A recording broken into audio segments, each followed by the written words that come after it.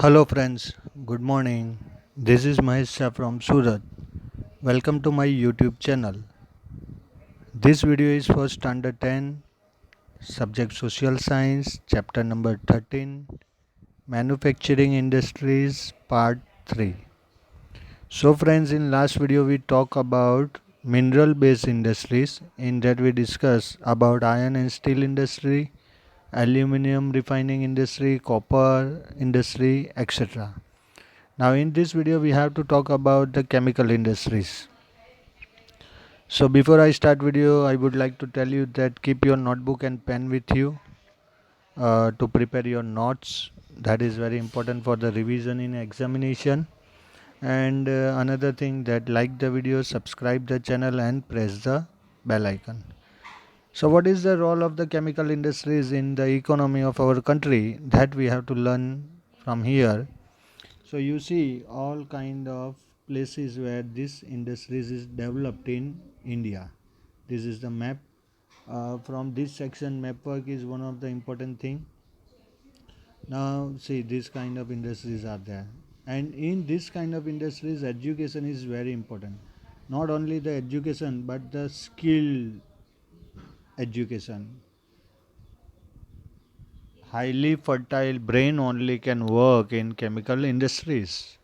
So, see the scenario of the chemical industries, chemical sector, that pesticides having 3%, you can see here, this other chemicals 3%, drugs and pharmaceutical 15%, organic chemicals 15%, made fiber 16, fibers 10, soap and 11%, inorganic chemical 9, Polaris 6%, paints and dyes 5%. So this is the exactly number of the contribution of different kind of chemical industries in the development of our economy. The position of chemical industry in India is important. Chemicals are of two type, organic and inorganic chemicals. Petrochemicals is the main organic chemical industry. It is used in artificial fibers, artificial rubber, plastic goods, color, chemicals, and in medicines. Organic chemical industry is founded near oil refineries and petrochemicals centers. Inorganic chemicals are used in uh, phosphoric acid, nitric acid, salts, soda ash, caustic soda, that is called NaOH, and chlorine, etc. India has an important position in the world in the insecticides industries. उसका reason है क्योंकि India agriculture industry country है, तो यहाँ पे हमें insecticides की ज़्यादा ज़रूरत पड़ती है, इसलिए यहाँ पे ये काफ़ी डेवलप्ड है. Gujarat leads in the country in chemical industry. Ahmedabad, Vadodara, Ankleshwar, Bharuch etcetera are major centres of chemical industries. तो गुजरात में अहमदाबाद, वडोदरा, अंकलेश्वर, भरूच केमिकल इंडस्ट्रीज़ में काफ़ी डेवलप्ड है. जो आप सुनते हैं जीआईडीसी की तरह नाम होते हैं उनके, तो ये केमिकल इंडस्ट्रीज़ हैं. फर्स्ट हम देखते हैं केमिकल फर्टिलाइज़र. तो ये देखिए पूरे इंडिया में कहाँ कहाँ, तो पूरे इंडिया में ऑलमोस्ट सब जगह पे बनता है ये. इस तरह से उसकी फैक्ट्री होती है. यूरिया जो हम यूज़ करते हैं, यहाँ पे प्रोडक्शन देखिए इंक्रीज़ ही होता जा रहा है यूरिया का. 2012-13 में सबसे हाईएस्ट था 22.6%. यहाँ पे आपको दिखाई दे रहा है ये. अब साइज ऑफ इंडस्ट्रीज देखिए, 57 large fertilisers plants, 57 large sized and 64 medium and small size chemical fertiliser production units in India. Type of fertiliser में urea, DAP, complex fertiliser, ammonium sulphate and calcium ammonium nitrate are produce in India. Position है third and market capitalisation 25% of GDP. तो कितना developed हो रहा है और ये किस तरह से उसके यूसेज होते हैं वो यहाँ पे दिखाया गया है. First chemical fertilizer factory of India was established in 1906 at Ranipet in Tamil Nadu. तो यहाँ पे रानीपत का लोकेशन होगा, ये रहा रानीपत, तमिलनाडु में है. The development of this industry started when Fertilizer Corporation of India started its factory at Sindri. This industry is centered in Gujarat, Tamil Nadu, Uttar Pradesh, Punjab and Kerala. In Gujarat, the factories producing chemical fertilizers are located in Kalol, Kandala, Hajira, Bharuch, Vadodara, etc. तो ये है fertiliser industries. इसके बाद है plastic industries. तो देखिए आज तो प्लास्टिक का कितना यूज़ बढ़ रहा है. यहाँ पे देखिए चाइना 25.8% वेस्ट, मिसमैनेज वेस्ट है. Indonesia 10.7%, Philippines 7.4%, Vietnam 6%, India 0.2%. हम इतना ही पॉल्यूशन करते हैं. और ये यूज़ कहाँ पे होता है ये देखिए. Automotive OEMs 73 billion, 40 plastic automotive components 40, plastic processing 20, electrical equipments 20, consumer durable and electronic 15% and packaging में 5% ये प्लास्टिक हम यूज़ करते हैं. और प्लास्टिक एक्चुअली में हार्मफुल भी है. देखिए यहाँ पे लिखा है how damaging is plastic. 2400 tons plastic waste generated in Maharashtra daily. 131.4 lakh tons generated in 15 years. 33 kg plastic wastage generated by one family in 15 years. 300 kg plastic waste, आगे मैंने 33 बोला है, 330 kg. 300 kg plastic waste that goes into environment. 1 kg plastic is equal to 6 kg CO2. This amount of CO2 is generated in the manufacture of 1 kg of plastic, owning the ingredients used. 1800 kg CO2 pollution caused indirectly by each family because of the use of plastic over 15 years. 24 crore numbers of trees needed to absorb the quantity of CO2 generated in 15 years by the state's 4 crore families.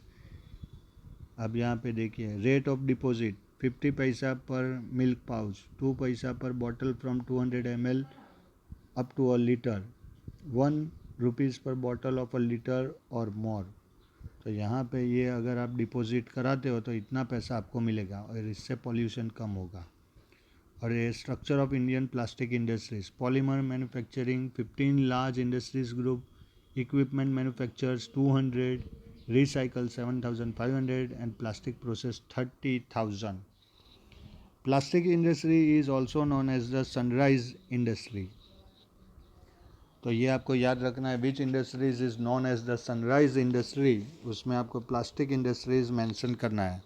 There has been a constant increase in the demand of raw material for plastic because it is waterproof and can fit into any mold. It is used in packaging chemicals, textiles, buildings, constructions, vehicle manufacturing, electronics, etc.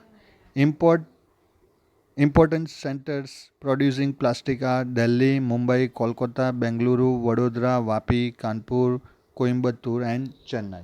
तो आज के date में plastic का बहुत use हो रहा है और गवर्नमेंट भी बोलती है stop to use plastic because it is harmful.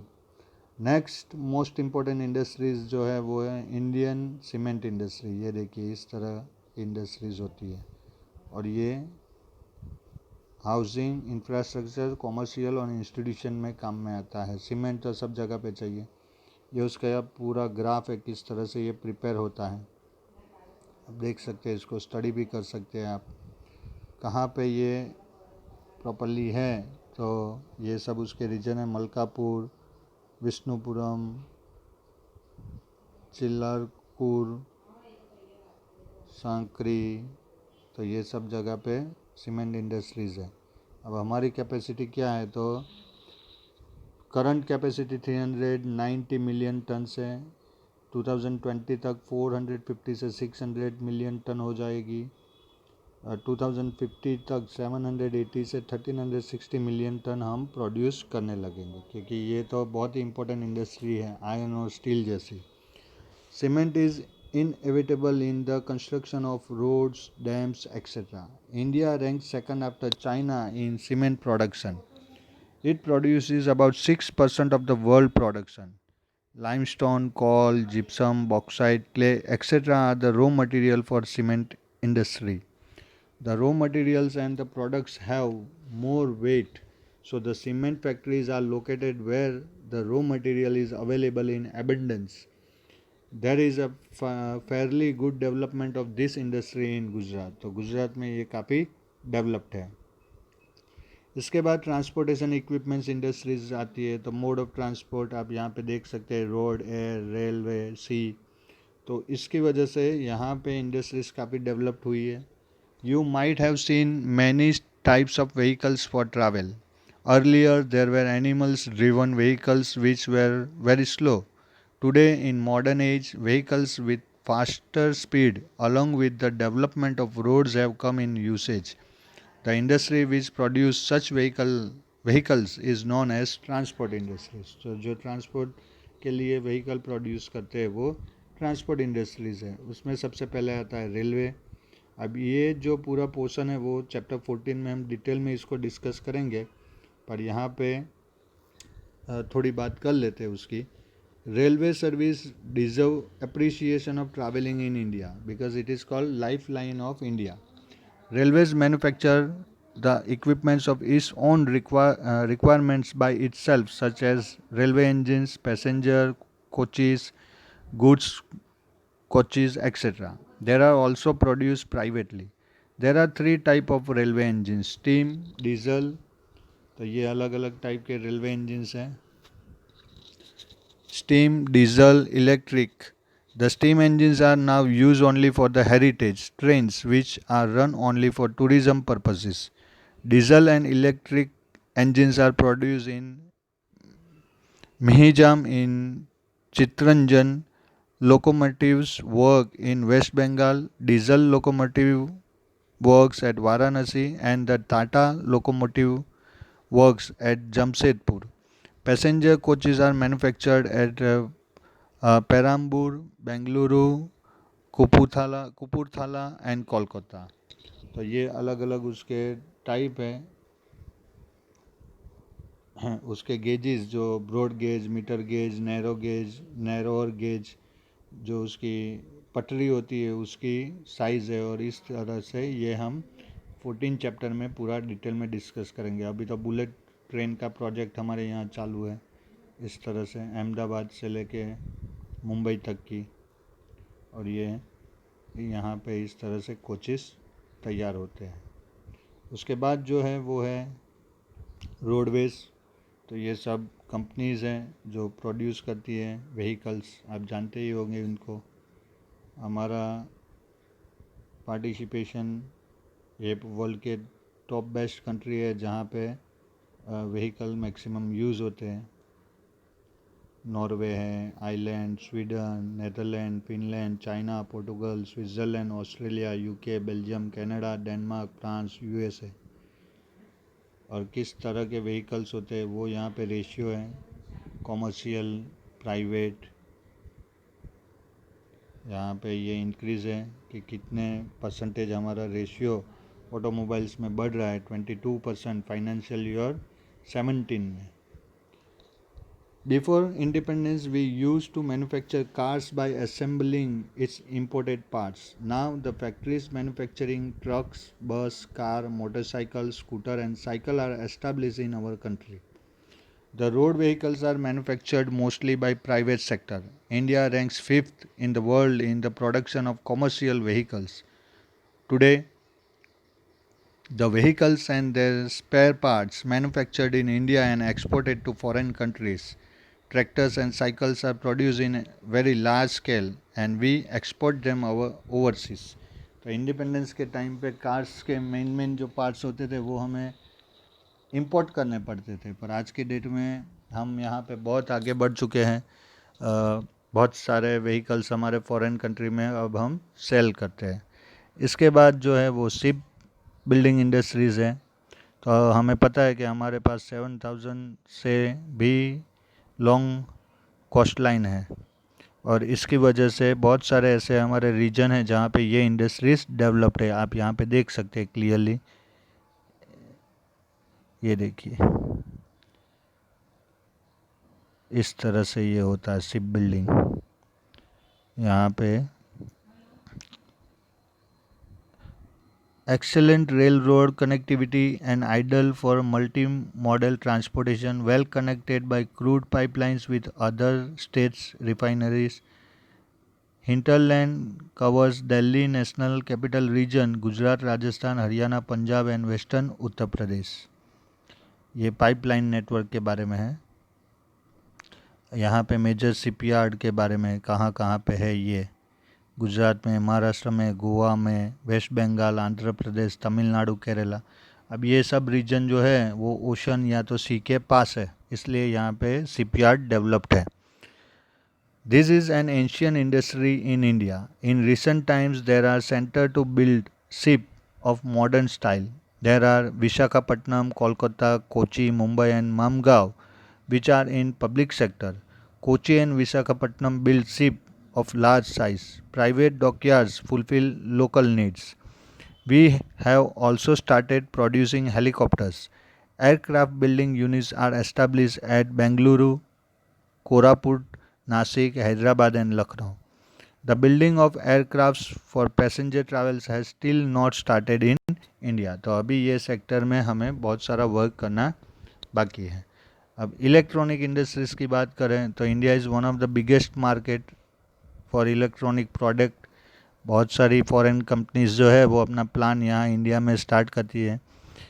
2007-8 में ये जो मार्केट था वो 20 बिलियन प्लस डॉलर ऊपर था, और आज की डेट में तो ये इंडिया बहुत बड़ा मार्केट है। Radio set and telephone industry was establish in India in 1905। ये आपको याद रखना होगा year.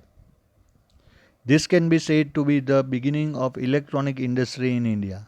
Bharat electronic limited BEL was established in 1956 in Bengaluru with the motive to manufacture equipments of Akashvani and weather department. तो आकाशवाणी हमारी गवर्नमेंट की रेडियो चैनल है।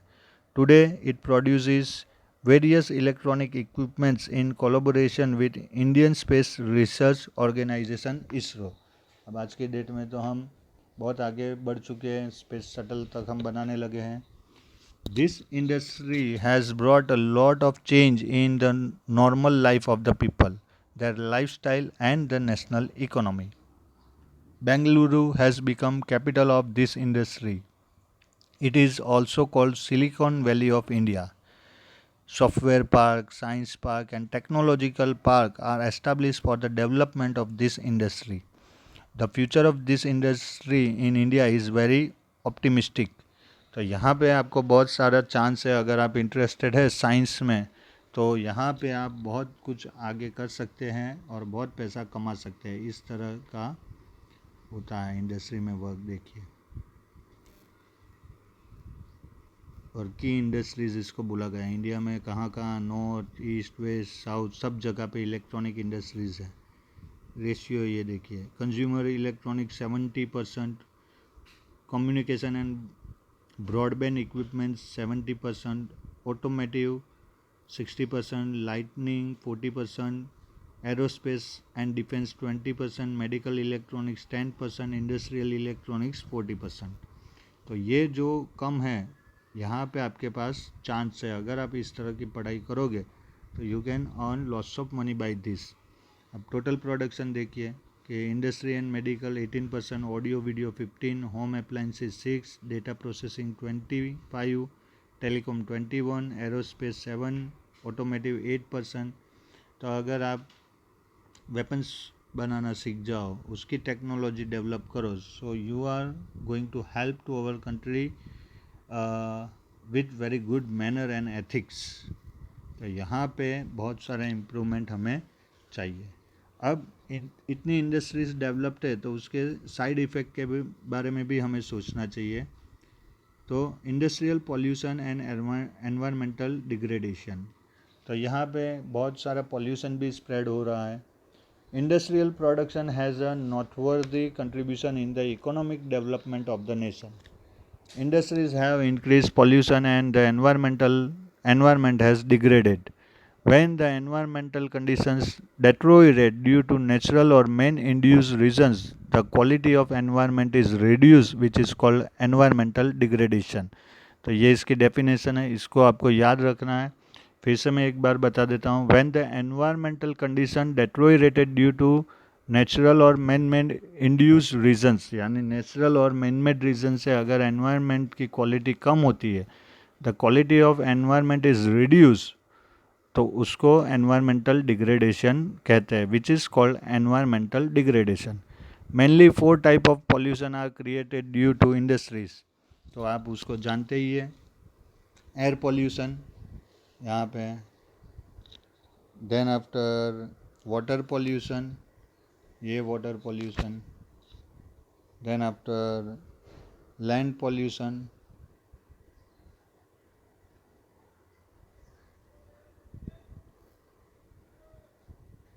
तो ये अलग टाइप का, ये सॉइल पॉल्यूशन आपको दिख रहा है, वही लैंड पॉल्यूशन. और लास्ट है नॉइज़ पॉल्यूशन, ये नॉइज़ पॉल्यूशन. तो ये सब पॉल्यूशन की वजह से हमारी लाइफस्टाइल के ऊपर इफ़ेक्ट हो रही है, यानी एक साइड हम डेवलपमेंट कर रहे हैं और दूसरी साइड डेंजर्स क्रिएट कर रहे हैं. Industries have polluted air and water to a great extent in the present age of competition. The air has become polluted due to very harmful gases like carbon monoxide and sulfur dioxide.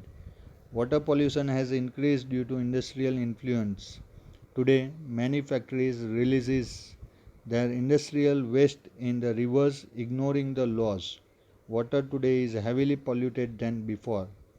Noise pollution is one of the reasons for deafness in human life.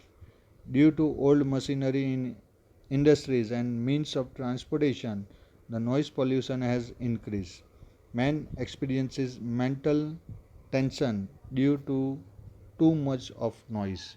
तो पूरे दिन आवाज़ में रहोगे तो हमारा mental condition जो है वो वीक हो जाता है, and we are lost to think positive.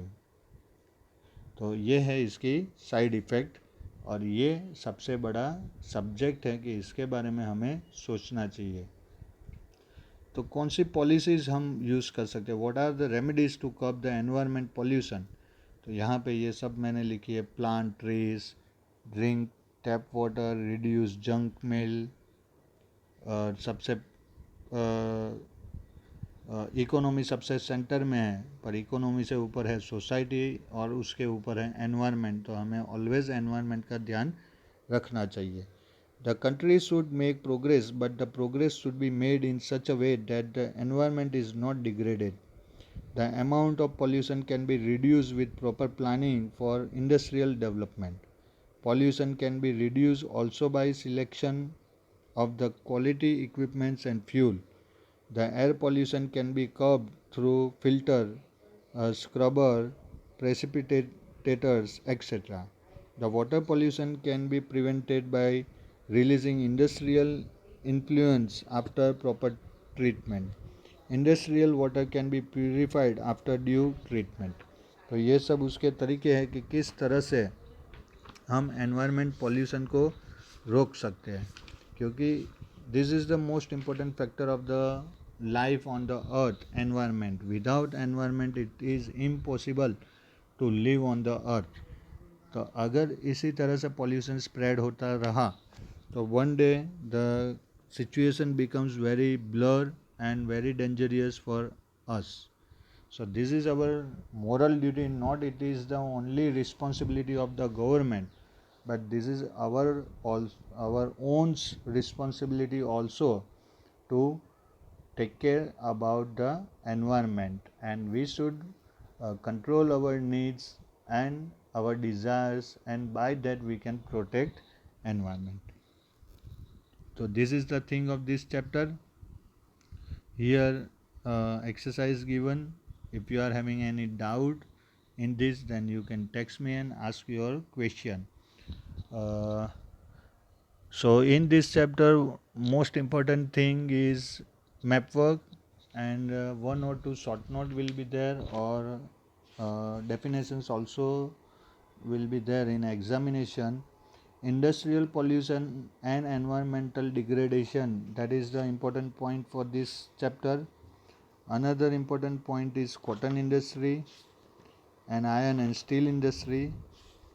These are the important point of this chapter, and importance of industries. So this you have to prepare uh, very clearly uh, and very wisely. If you are having any doubt, then you can contact me by your text. Okay तो यहाँ पे ये chapter में इतना ही है. Next video में हमारा last chapter of geography, chapter number 14 transportation, उसके बारे में हम डिस्कस करेंगे. फिर लास्ट में हम इकोनॉमिक्स के जितने भी हमारे 17 चैप्टर्स से जो भी बाकी है उसके वीडियो कंप्लीट करेंगे. Okay, so I hope that you understand everything properly. Like the video, share the video, subscribe the channel and press the bell icon. Till then, stay home, stay safe. God bless you. Thank you very much.